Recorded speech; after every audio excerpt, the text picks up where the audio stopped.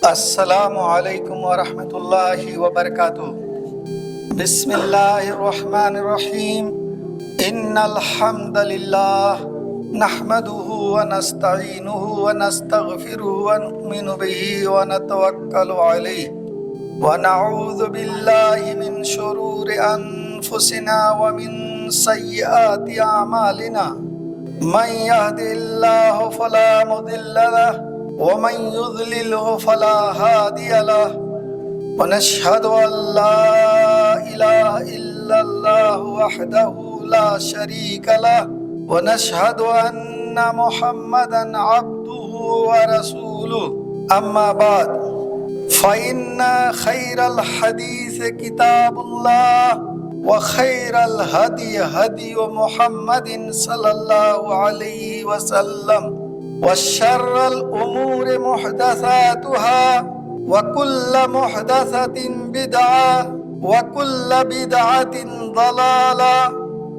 أوصيكم ونفسي بتقوى الله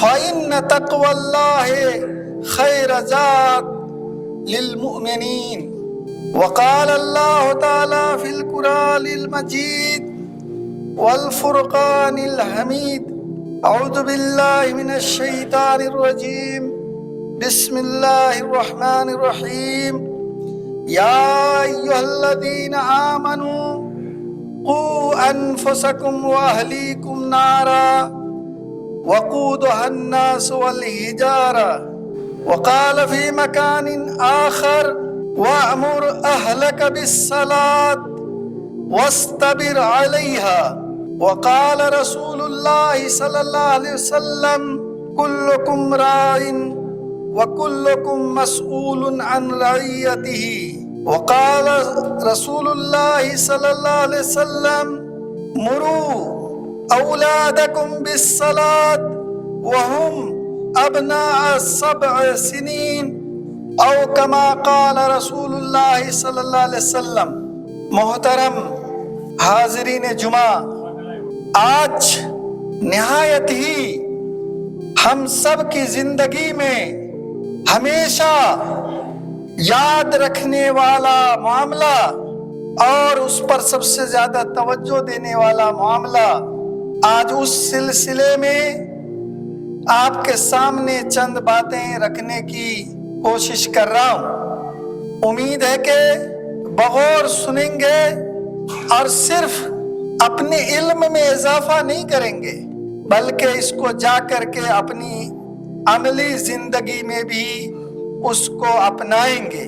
محترم حاضرین جمعہ، میں نے ابھی آپ کے سامنے قرآن سے کچھ آیات کے ٹکڑے اور احادیث کے کچھ ٹکڑے پڑھے ہیں، اور انہی کو سامنے رکھ کر کے بہت ہی اہم معاملے کی طرف آپ کی توجہ مبذول کرانا چاہتا ہوں۔ ہماری زندگی میں اولاد کی بڑی اہمیت ہے۔ اولاد جانتے ہیں نا، بیٹا بیٹی، اس کی بڑی اہمیت ہے، ہر آدمی جانتا ہے، بلکہ آپ ان سے پوچھئے، حالانکہ قرآن میں اللہ تعالیٰ نے بات صاف صاف فرما دیا ہے کہ یہ جو اولاد ہے نا، یہ اللہ دیتا ہے، جس کو چاہتا ہے بیٹا دیتا ہے، جس کو چاہتا ہے بیٹی دیتا ہے، جس کو چاہتا ہے بیٹا بیٹی دونوں دیتا ہے، اور جس کو چاہتا ہے دونوں نہیں دیتا۔ یہ اللہ کی آزمائش ہے۔ یہ کہہ کر کے اللہ اس بات کی طرف توجہ دلانا چاہتا ہے کہ اگر بیٹی ہو تو بھی ہمیں پریشان ہونے کی ضرورت نہیں، کیونکہ بہت سارے گھروں میں ہمارے غیر مسلم بھائیوں کے سوچ کی وجہ سے، جو ہمارے یہاں قرآن سنت کو شعوری طور پر نہ جاننے کی وجہ سے آ گئی بات ہے کہ ہم سمجھتے ہیں کہ یہ عورت کی وجہ سے ہے۔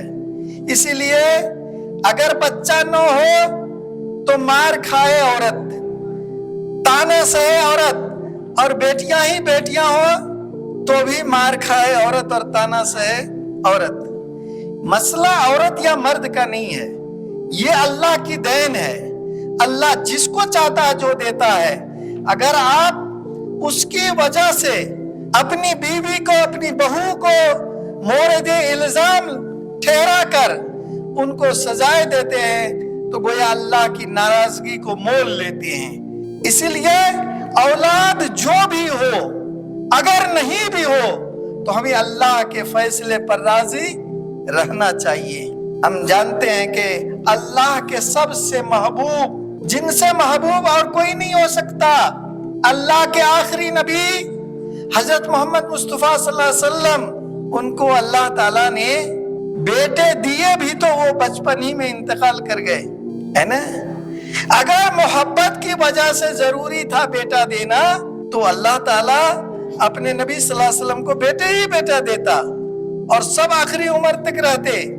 لیکن یہ اس کا مطلب ہے کہ اللہ نے یہ بتا رہا، یہ سبق دیا کہ یہ کوئی اہمیت کی چیز نہیں، اہمیت یہ ہے کہ ہم اللہ کی مرضی کو اصل سمجھیں اور اللہ کی مرضی کے مطابق چلنے کی کوشش کریں، اور جو اللہ تعالی ہمارے حق میں فیصلہ کرے اس پر راضی رہے، خوشی رہے۔ یہی ہمارے لیے دنیا میں بھی فلاح اور آخرت میں بھی نجات کی دلیل ہے۔ میرے محترم بھائیوں، اس کے باوجود اولاد ایک نعمت ہے کہ نہیں ہے؟ اللہ تعالیٰ نے خود اولاد کو عظیم نعمت قرار دیا ہے۔ آپ سورہ 16 نمبر جو سورہ ہے اس کا آیت نمبر 72 میں دیکھیں گے تو اس کو بہت ہی اچھے انداز سے اللہ تعالیٰ نے اپنی نعمت قرار دیا ہے۔ تو گویا کہ اگر اولاد ملتی ہے تو خوش ہونا چاہیے کیونکہ یہ اللہ کی نعمت ہے۔ اسی طرح سے اولاد کو اور مال کو اور ان چیزوں کو اللہ نے زینت کہا ہے، گویا کہ اولاد جو ہے زینت بھی ہے، اور نیک اولاد آپ کے لیے صدقہ ہے۔ اولاد اگر وہ بچپن میں ہی مر گئی، اس کا اللہ تعالیٰ نے اتنی ہی عمر اس کی لکھی تھی، تو آپ جانتے ہیں کہ اس میں بھی خیر ہے اللہ کے یہاں، کیونکہ قیامت کے دن وہ آپ کے لیے سفارشی بنیں گے۔ بات سمجھ رہے ہیں نا؟ اسی لیے اگر بچپن ہی میں اللہ تعالیٰ نے آپ کی اولاد کو اٹھا لیا ہے تو اس وقت بھی آپ کو تکلیف ہوگی، ایسا نہیں کہ تکلیف نہیں ہوگی، یہ کوئی نہیں کہہ سکتا، کوئی پتھر ہی ہوگا، انسان نہیں کہہ سکتا کہ اولاد کے انتقال پر کسی کو تکلیف نہیں ہوگی۔ اللہ کے رسول صلی اللہ علیہ وسلم کو تکلیف ہوئی، بیٹا کا جب انتقال ہوا ہاتھ میں جسد تھا اور آپ صلی اللہ علیہ وسلم کی آنکھ سے آنسو جاری تھا، تو لوگوں نے کہا کہ اللہ کے رسول صلی اللہ علیہ وسلم آپ بھی؟ تو کہا میں بھی تو انسان ہوں۔ بات سمجھ رہے ہیں نا؟ تو گویا کہ یہ محبت ہے، لیکن اگر اللہ کچھ کرتا ہے تو اس میں بھی بھلائی آپ ہی کی ہے۔ ضرورت ہے کہ اگر کچھ ملے تو شکر ادا کرنا چاہیے، اور کچھ چھن جائے تو کیا کرنا چاہیے؟ صبر کرنا چاہیے۔ یہ یاد کر لیجئے، کچھ ملے تو کیا کرنا چاہیے؟ شکر ادا کرنا چاہیے، اور جب کچھ چھن جائے، کوئی تکلیف ہو تو کیا کرنا چاہیے؟ صبر کرنا چاہیے۔ شکر کریں گے تو اللہ تعالیٰ نے کہا لَإِن شَكَرْتُمْ لَأَزِيدَنَّكُمْ، اگر تم شکر ادا کرو گے تو میں اور دوں گا، اور کہا اگر صبر کریں گے تو کیا کہا؟ إِنَّ اللَّهَ مَعَ الصَّابِرِينَ۔ اس سے بھی بڑی بات کہ اللہ جو ہے کس کے ساتھ ہے؟ صبر کرنے والوں کے ساتھ ہے۔ اللہ صبر کرنے والوں کے ساتھ ہے، یہ بڑی بات ہے۔ لیکن اولاد جو ہے آپ کے لیے صدقہ جاریہ ہے، اور اگر بڑی ہو گئی، آخری عمر پائی، ان کی آپ نے اچھی تعلیم دی، تربیت کی، اور وہ آپ کے لیے دعا کرتا ہے۔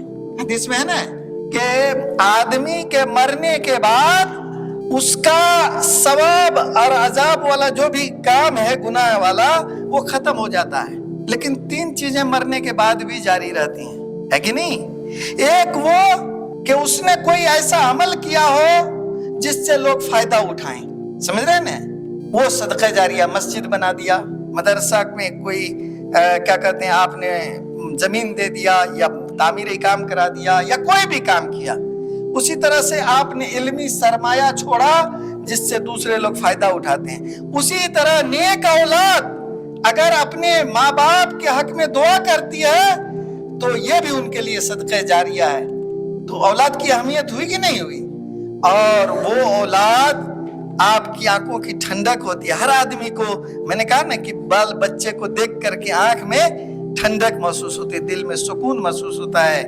اور اولاد جو ہے آپ کے بڑھاپے میں آپ کے کام آتی ہے، اگر نیک اولاد ہے تو، آپ نے اچھی تربیت کیا ہے تو۔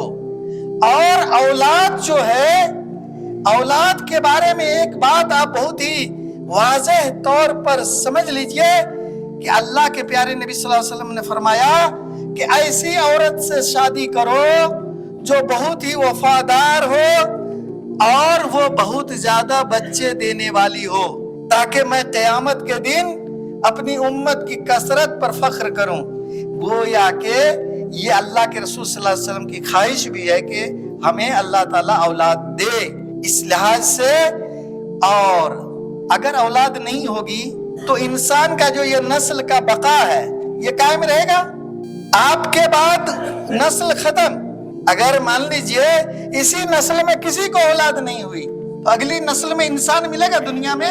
اگر انسان کی نسل باقی رکھنی ہے تو اس کے لیے بھی اولاد ضروری ہے، اس کی اہمیت ہے۔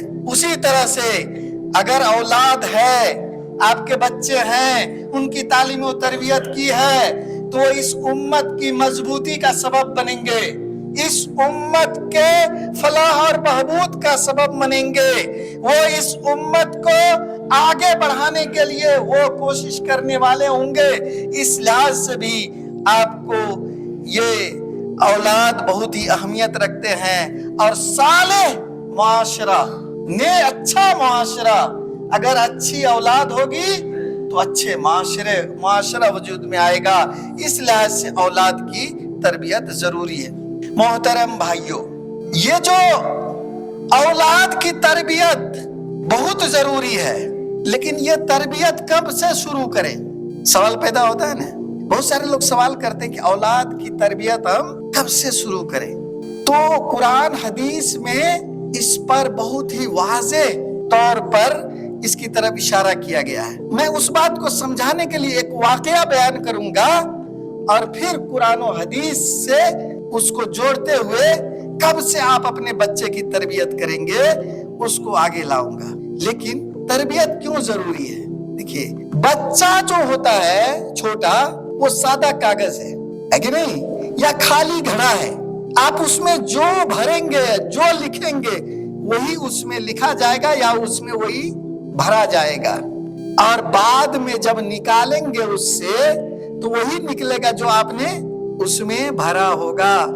اگر خالی ہے تو خالی رہے گا، اگر آپ نے کوڑا کرکٹ بھرا ہے تو کوڑا کرکٹ نکلے گا، کانٹا بھرا ہے کانٹا نکلے گا، اور اگر اس میں آپ نے اچھی چیزیں بھری ہے، شربت بھرا ہے، صاف ستھرا پانی بھرا ہے، زمزم کا پانی بھرا ہے، انہی تو وہ چیز نکلے گی۔ اسی لیے حدیث میں آتا ہے کہ بچے اپنی فطرت پر یعنی اسلام پر پیدا ہوتے ہیں، اس کے ماں باپ اس کو یہودی یا نصرانی بناتے ہیں، اور اگر آپ مسلمان ہو، ماں مسلمان ہو، تو وہ اس کو کیا بناتے ہیں؟ صالح مسلمان بناتے ہیں۔ جیسا کہ اللہ کے نیک بندوں نے اپنے بچوں کی تربیت کی۔ آپ حضرت ابراہیم علیہ السلام کی اپنے بچوں کی تربیت کا نمونہ دیکھ سکتے ہیں، آپ حضرت اسحاق علیہ السلام کا نمونہ دیکھ سکتے ہیں، اور بھی انبیاء ہیں جن کے بارے میں قرآن نے تفصیل سے ذکر نہیں کیا ہے، لیکن سارے لوگوں کے آپ وہ دیکھ سکتے ہیں۔ اور خود ہمارے آخری نبی، محبوب اللہ کے پیارے نبی حضرت محمد صلی اللہ علیہ وسلم کی زندگی میں اپنے بچوں کی تربیت کا بہترین نمونہ دیکھ سکتے ہیں۔ تو یہ جو تربیت ہے نا، یہ آپ کی ضرورت ہے، یہ اللہ کی ضرورت نہیں ہے، یہ اللہ کے رسول کی ضرورت نہیں ہے۔ لیکن آپ اگر اس وجہ سے تربیت کرتے ہیں کہ اللہ نے تربیت کرنے کے لیے کہا ہے، ہمارے رسول صلی اللہ علیہ وسلم نے تربیت کرنے کے لیے فرمایا ہے، اور اللہ اس سے خوش ہوگا، اور یہ کل دین کو قائم کرنے والا ایک اللہ کا سچا صالح دائی بنے گا، تو یہ آپ کے لیے اجر آخرت کا ذریعہ بنے گا، اور دنیا میں وہ بچہ بڑھاپے میں آپ کے لیے بہترین سہارا بنے گا، اور وہ ایک اچھی نسل آپ دنیا کو چھوڑ کر کے جائیں گے، اور اس سے ثواب ہی ثواب، اور دنیا بھی اچھی بنے گی اور آخرت بھی اچھی بنے گی۔ اسی لیے تربیت کرنا ہماری آپ کی ضرورت ہے، ہماری آپ کو اس کا فائدہ ملے گا، اور ساتھ ساتھ اللہ کا کرم کہ اللہ ہمیں ثواب بھی دے گا، اپنی خوشی بھی دے گا۔ اس رحم کرنے والا اللہ، اس محبت کرنے والے اللہ کی عظمت کو سلام۔ آپ کا ہمارا ایمان اور مضبوط ہو جانا چاہیے کہ اللہ کتنا کریم ہے کہ وہ بات جو ہمارے فائدے کی ہے اسی میں ہمارے لیے اللہ تعالیٰ اسی میں ثواب بھی رکھتا ہے۔ تو میں یہ کہہ رہا تھا کہ بچے کی تربیت کب کریں، کس عمر میں کریں، کب سے شروع کریں، یہ سوال آتا ہے نا۔ تو میں نے کہا کہ ایک واقعہ میں سناؤں گا۔ واقعہ ہے کہ عراق میں ایک شہر ہے تکرت، وہاں کے والی حاکم کا نام تھا نجم الدین ایوب۔ ان کی عمر زیادہ ہو گئی لیکن انہوں نے شادی نہیں کی تھی۔ تو لوگ جو ان کے دوست احباب تھے، جو بھی قریبی تھے، وہ کہتے تھے کہ ارے بھائی شادی کرو، شادی کیوں نہیں کرتے ہو تم؟ یہاں تک کہ جو خلیفہ وقت تھا انہوں نے بھی ان کو توجہ دلائی کہ آپ شادی کر لیں، بتائیے کہ آپ کیوں شادی نہیں کر رہے؟ تو انہوں نے کہا کہ میں جیسی خاتون چاہ رہا ہوں ویسی خاتون نہیں مل رہی ہے۔ کہا کیسی خاتون چاہ رہے ہیں؟ کہا ایسی خاتون جو مجھے ہاتھ پکڑے اور مجھ کو جنت میں لے جائے، جن سے مجھے ایسی اولاد پیدا ہو جس کی ہم دونوں مل کر کے تربیت کریں، وہ اچھا شاہ سوار ہو اور بیت المقدس قبلہ اول جو نصرانیوں کے قبضے میں ہے وہ اس سے آزاد کرائے۔ دیکھیے کیا ہے ان کی شادی، بچہ کی تربیت کب سے ہونی چاہیے یہاں سے آپ سمجھیے۔ کہا کہ ایسی اولاد ہم کو دے اور ان کی تربیت کریں، ہم دونوں مل کے کریں اور ایسا ہو۔ آپ جانتے ہیں اس کے بعد وہ اپنے کوئی شیخ تھے، کوئی بڑے بزرگ عالم تھے، ان کے یہاں گئے تو وہ درس دیتے تھے خواتین کو بھی۔ تو ایک خاتون، جب نجم الدین ایوب وہاں بیٹھے ہوئے تھے تو اسی وقت ایک نوجوان بچی، ان کو بھی شادی کے لیے شوہر یعنی اچھے ہم سفر کی ضرورت تھی، تو ان کے لیے اس شیخ نے ایک رشتہ بھیجا تھا، انہوں نے ریجیکٹ کر دیا اس خاتون نے۔ تو شیخ نے کہا کہ میں نے تمہارے لیے ایک رشتہ بھیجا تھا، تم نے اس کو ریجیکٹ کر دیا، تمہاری کیا مانگ ہے، تمہیں کیسا شوہر چاہیے؟ تو انہوں نے بھی وہی سیم جملہ کہا کہ میں ایسا شوہر چاہتی ہوں جو میرا ہاتھ پکڑے اور مجھے جنت میں لے جائے، اور ہم دونوں سے جو اولاد پیدا ہو اس کو ہم تربیت کریں، وہ اچھا شاہ سوار ہو اور وہ بیت المقدس کو آزاد کرائے۔ تاریخ گواہ ہے۔ اس کے بعد شیخ نے، جب وہ نجم الدین ایوب نے اس خاتون کی یہ بات سنی تو ان کا تو چہرہ کھل گیا کہ میں جو چاہ رہا تھا آج وہ خاتون مل گئی۔ تو انہوں نے شیخ سے کہا کہ میں اس خاتون سے شادی کرنا چاہتا ہوں۔ انہوں نے کہا تم بڑے حاکم ہو، وہ تو یہاں کے سب سے غریب گھر کی بچی ہے، سمجھ نے کہا کہ جس گھر کی بھی بچی ہو میں شادی اسی سے کروں گا۔ اور ان دونوں سے شادی ہوئی، اور تاریخ گواہ ہے کہ ان سے جتنے بچے ہوئے سبوں نے جہاد کیا، اور انہی میں سے ایک نام ہے سلطان صلاح الدین ایوبی رحمت اللہ علیہ، جنہوں نے بیت المقدس کو نصرانیوں سے آزاد کرایا۔ اب مجھے بتائیے کہ اولاد کی تربیت کہاں سے شروع کرنی چاہیے؟ آپ لوگوں نے کیا سمجھا؟ کہاں سے شروع کرنا چاہیے؟ اولاد کی تربیت شروع کرنی ہے تو اس کے ماں کے انتخاب سے شروع کیجئے، جیسا کہ اللہ کے نبی صلی اللہ علیہ وسلم نے فرمایا ہے کہ عورت 4 وجہ سے ان سے شادی کی جاتی ہے کہ نہیں؟ حسن و جمال کی وجہ سے، خاندان کی وجہ سے، دولت کی وجہ سے، اور کس کی وجہ سے؟ دینداری کی وجہ سے۔ تو کہا کہ تم کس کو اولیت دو گے؟ کس کو کہا؟ تم دینداری کو اولیت دو۔ بتائیے نبی صلی اللہ علیہ وسلم نے کہاں سے تربیت کی شروعات کرنے کے لیے کہا؟ بیوی سے۔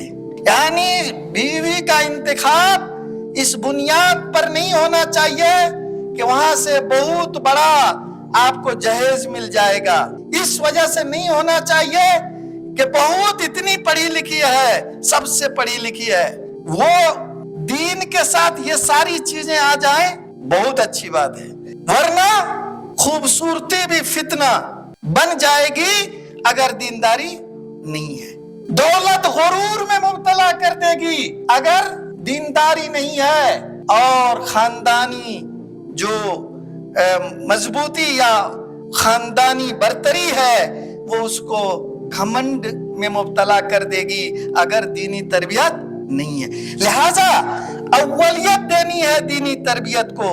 جیسا کہ آپ کو معلوم ہے کہ حضرت عمر رضی اللہ تعالیٰ عنہ نے بھی ایک غریب گھر کی بچی سے اپنے بیٹا کی شادی صرف ایک بات کی وجہ سے کی تھی کہ وہ رات میں گشت لگا رہے تھے اور اس بچی کی ماں نے بیٹی سے کہا کہ دودھ میں پانی ملا دو. بیٹی نے کہا کہ اماں جان، خلیفۃ المومنین امیر المومنین نے اس کام سے روکا ہے. انہوں نے کہا امیر المومنین یہاں تھوڑے دیکھ رہے ہیں. تو اس نے جواب دیا کہ وہ تو نہیں دیکھ رہے لیکن اللہ دیکھ رہا ہے. یہ نیکی اور اسی نسل سے جا کر کے بعد میں عمر بن عبدالعزیز رحمت اللہ علیہ پیدا ہوئے، جنہوں نے امویوں کے بہت سارے خرافات کو ختم کر کے پھر سے حکومت کو خلافت علی منہاج النبوہ پر لا کر کھڑا کیا.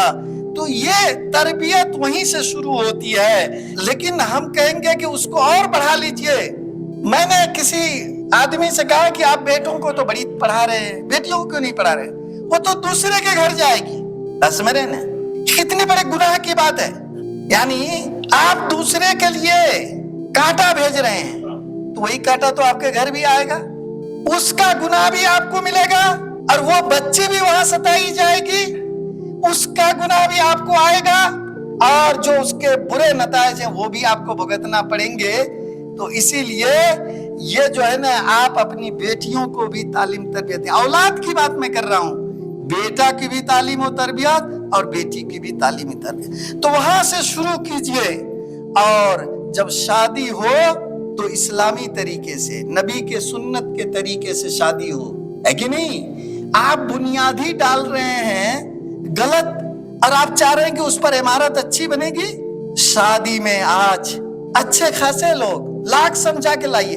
مجھے یہی سمجھ میں نہیں بات آتی ہے کہ برائی میں پھر کوئی بھی نہ اللہ کے نام سے ڈرتا ہے، نہ رسول کی پیروی کا خیال ہوتا ہے. ہوتا ہے؟ نہیں ہوتا ہے.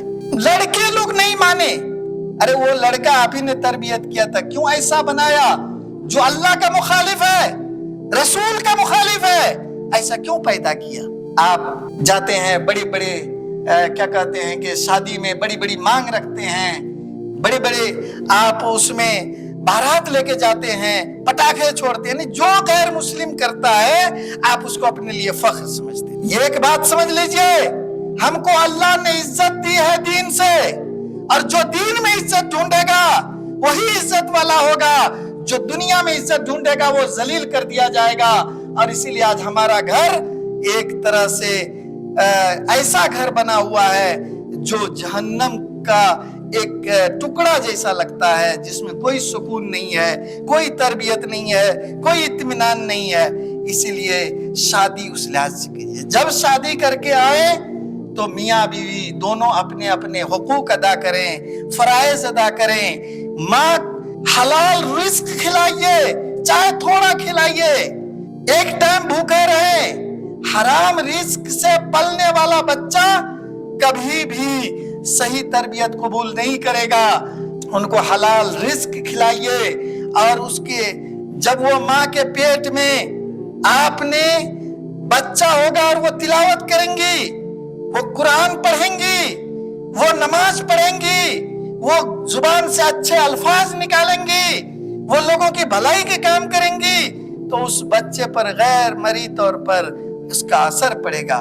اور جب پیدا ہو تو پھر وہیں سے آپ اس کا اچھے انداز سے، جو کہا گیا ہے ایک کان میں اذان، تاکہ سب سے پہلے اس کان میں جو آواز پہنچے وہ اللہ کا نام کی پہنچے، رسول کا نام پہنچے، اور ان کو پہلے دن معلوم ہو جائے کہ کامیابی نماز میں ہے، کیونکہ آپ حی علی الصلاۃ اور حی علی الفلاح وہاں بول رہے ہوں گے.